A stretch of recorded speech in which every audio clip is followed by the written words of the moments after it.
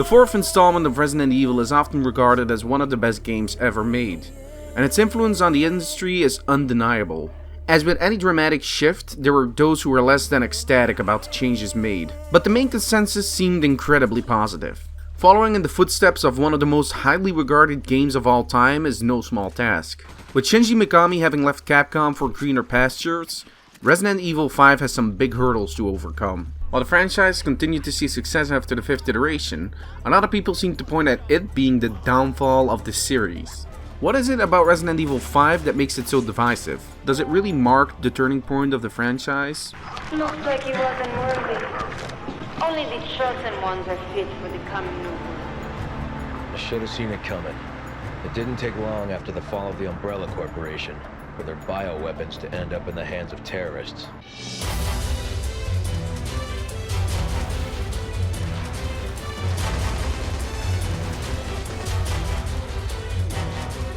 The Resident Evil series tends to mainly cycle through the playable protagonists of the first two installments, sometimes introducing a new character or two to play as.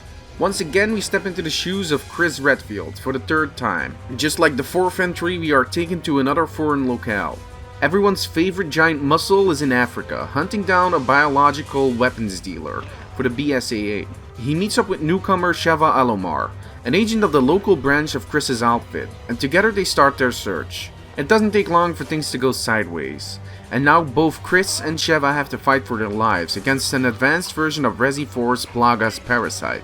The narrative feels particularly boring. RE4's cheesy tone and quirky characters are absent. 5 plays it straight all the way through, but fails to be taken seriously, especially at the end, where it becomes endearingly absurd. Like many other elements in Resident Evil 5, it feels as if the game is just going through the paces, with cutscenes mainly serving as a dull way to inform players of what's coming next. There are the occasional moments where it just loses control in an entertaining way, but these moments are far too infrequent.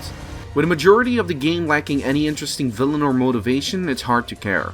But when the narrative does establish a main villain, things get a bit more engaging, mainly due to how much of a Saturday morning cartoon bad guy the character is. The new characters are all throwaway, and Sheva got shafted, forced to take a backseat to Chris's story. There is some character motivation and development, though halfway through the plot, Sheva's story is neatly wrapped up, at which point she just blindly follows Chris, occasionally uttering a few words in response to the main star. Just like the preceding titles, 5 has a few files to read, expanding on the lore in the series. The focus this time around is the creation of what will become the Umbrella Company, and the origins of the T-Virus and its successors. The distribution of files and documents isn't great. During the first half there are very few documents to read until somewhere at the halfway point, when you can't take 2 steps before stumbling over a clipboard or folder, only for the files to almost completely disappear afterwards. There is a lot of reading to do though, as the majority of the text documents contain at least 10 to 20 pages. This in itself represents another problem gameplay-wise. Going from the delightfully goofy and cheesy 4th entry to a straight-faced and mostly uninspired narrative presented here is a letdown. The serious tone of the narrative makes it unengaging to sit through, and while the latter part picks up the slack with its sheer insanity, Resident Evil 5's narrative is just plain dull.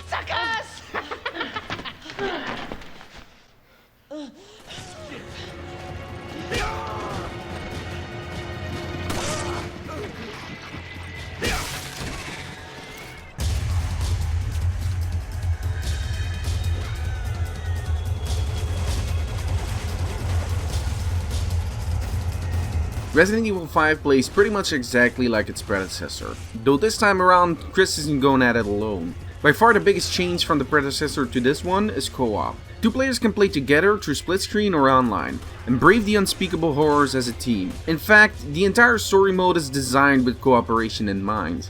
You can help each other out by, for instance, saving your teammate from an enemy attack or healing them. As is the case in about every co-op shooter, you can revive your downed teammate. The execution system also gets expanded, by adding a combo system which, when done right, lets players inflict massive damage, by juggling an enemy between them. There will also be moments where both players will have to split up and protect each other, as they complete tasks to progress. Playing through the story mode with a friend is the best way to experience Resi 5. and while playing alone is an option, your AI partner leaves something to desire on higher difficulties. The over-the-shoulder shooting that made RE4 the all-time classic that it is returns. You are still glued to the floor while aiming, which was fine for a game that kickstarted the over-the-shoulder style of shooting. But 5 came out in a period where every other shooter in the same vein gave you the ability to move and shoot. The first Gears of War, which was heavily inspired by Resi 4, came out roughly 3 years ahead of it. And Dead Space, which similarly took notes from the series, was released about 6 months before this one hit shelves. And though it's not exactly the same, even Capcom released a third-person shooter under the name of Lost Planet, which allowed both movement while shooting and free camera control. There are some extra control options, but none that make it feel in line with then current games. That's not to say Resi 5 controls poorly, it just means new players will need time adjusting. Shooting weapons still feels amazing, and the overall gameplay loop is still exciting. Resident Evil 5 retains the amazing level design philosophy, which made 4 such an absolute trip to play, mostly. There are a lot of levels that manage to capture those amazing moments of running around and setting up traps and choke points, but they don't hold up to scrutiny when compared with the levels of the entry before it. Still, the same principle was applied here, albeit with less success. Boss battles on the other hand are mostly unremarkable or downright boring, with 2 of the worst offenders being tedious turret sections, and one case being almost a carbon copy of a boss fight from 4. One thing 5 could have improved upon is the frequent deaths, which while not as bad as its predecessor, is still not what it should be. Cutscenes still have sudden quicktime events, and now that you're with a partner, there's 2 times the chance to mess up. One thing that's a bit problematic in co-op is the before mentioned files. The files here are longer than they have ever been, which can grind the adventure to a screeching halt, as your companion will most likely twirl his or her thumbs in boredom, waiting for you to finish. There are also some lamentable omissions system-wise. The yellow herb system from 4, which allowed you to slightly increase your maximum health, is gone, and so is the 4th iteration enjoyable inventory system. Instead, both Chris and Sheva have a 3x3 roster of slots, with items taking up 1 slot each. You can trade health items, grenades, and ammo, though not weapons. Chris and Sheva can upgrade their weapons once again, with money gotten by selling treasures found throughout the campaign. The arsenal is, for the most part, the same as the predecessor, with a small variety of pistols, machine guns, snipers, shotguns, and the powerful hand cannons. Once the story has been completed, players once again unlock the Mercenaries minigame, which just as the campaign can now be played with a friend. Players try and get the highest score as fast as they can by killing an endless horde of enemies. You can also extend time to rack up your score, but it also increases the chance of death, meaning all your efforts could be in vain. The Mercenaries is even more fun with a friend helping out. Doing well enough nets you new stages and characters to play with. You can also unlock 2 different skins for each character in the single player, and the bottle cap minigame from the previous entry returns as a full-fledged bonus feature this time. Resident Evil 5 delivers a diluted Resident Evil 4 experience, though going through it with a friend makes for a better and even incredibly enjoyable adventure. Thanks. Wait! Come on!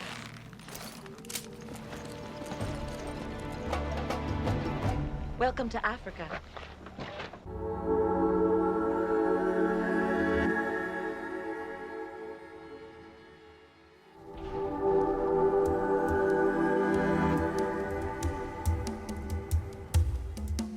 A lot of criticism was aimed at the former installment for its lack of horror elements, instead focusing on going into a more action-oriented route. People who are disappointed with the change will find no solace here, as 5 has gone full-on action machismo. Any notion of horror or a sense of dread, which even the preceding title managed to do well, is completely gone. Dark and dreary locales are replaced with bright, clear African skies, and action-packed power trips are in lieu of an oppressive atmosphere.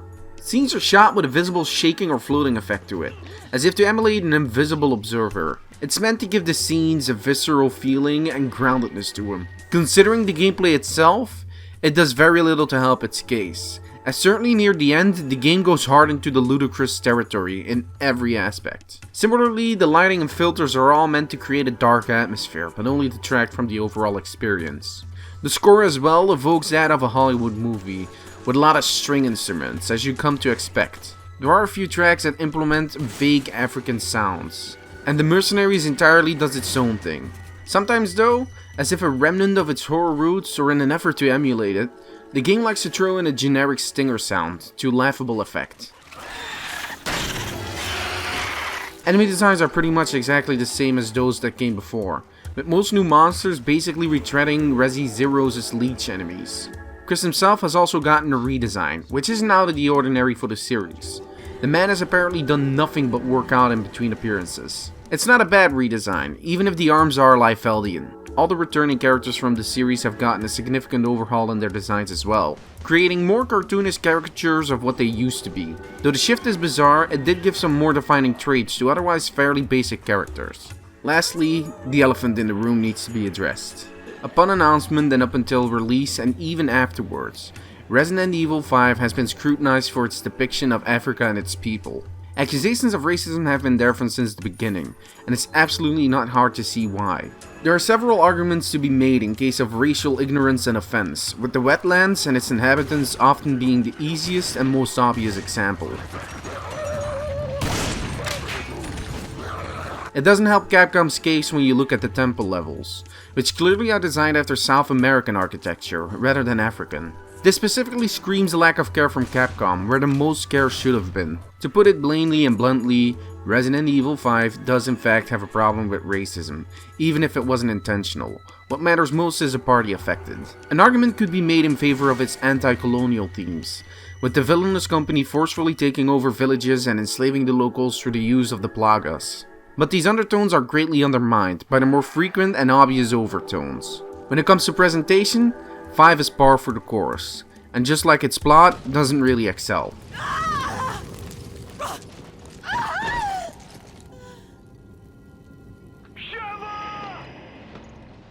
There is one thing I do know. I have a job to do, and I'm gonna see it through.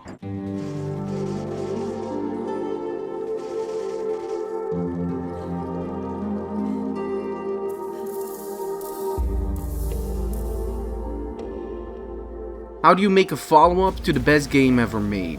That is the question Resident Evil 5 had to answer. And that answer sadly isn't make an even better game. It's more complicated than that. RE5 suffers most in its presentation and narrative. The endearing absurdness of the fourth title is gone, replaced with a stern and serious plot that's not interesting in the slightest. Though near the finale, while still playing it straight, the events and characters do make for some engaging fun moments. The presentation, while similarly serviceable, isn't what it could have been. Most new monster designs and characters fail to leave a mark, and the locales are either from the wrong continent or don't impress much. RE5 does action very well, but considering its roots, it might be a hard pill to swallow for horror fans. A similarly hard pill to swallow might be the racially insensitive content, depending on your beliefs and thoughts. Where 5 shines brightest is its gameplay, which is basically more of the previous one. While level design overall might not be as solid as before, running around and shooting things still feels as good as it did last time around. If it wasn't for the cooperative aspect of the game, Resi 5 would surely have been an extremely mediocre experience. But fighting the plagas with a buddy is a treat. Resident Evil 5 doesn't surpass the high bar that Resident Evil 4 sets. But then again, what actually does? I'm no superhero.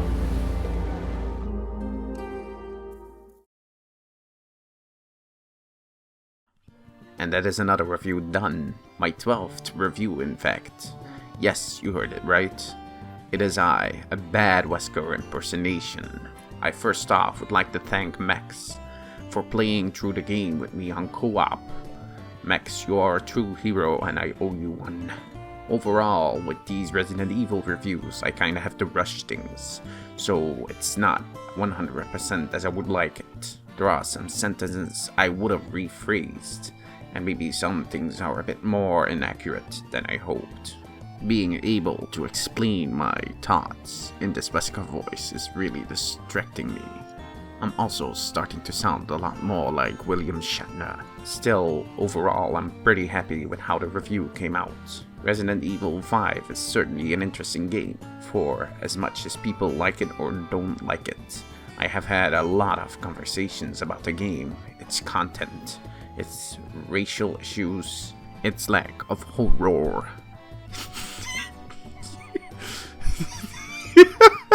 And its focus on action elements. and the ridiculous bombasticness of it.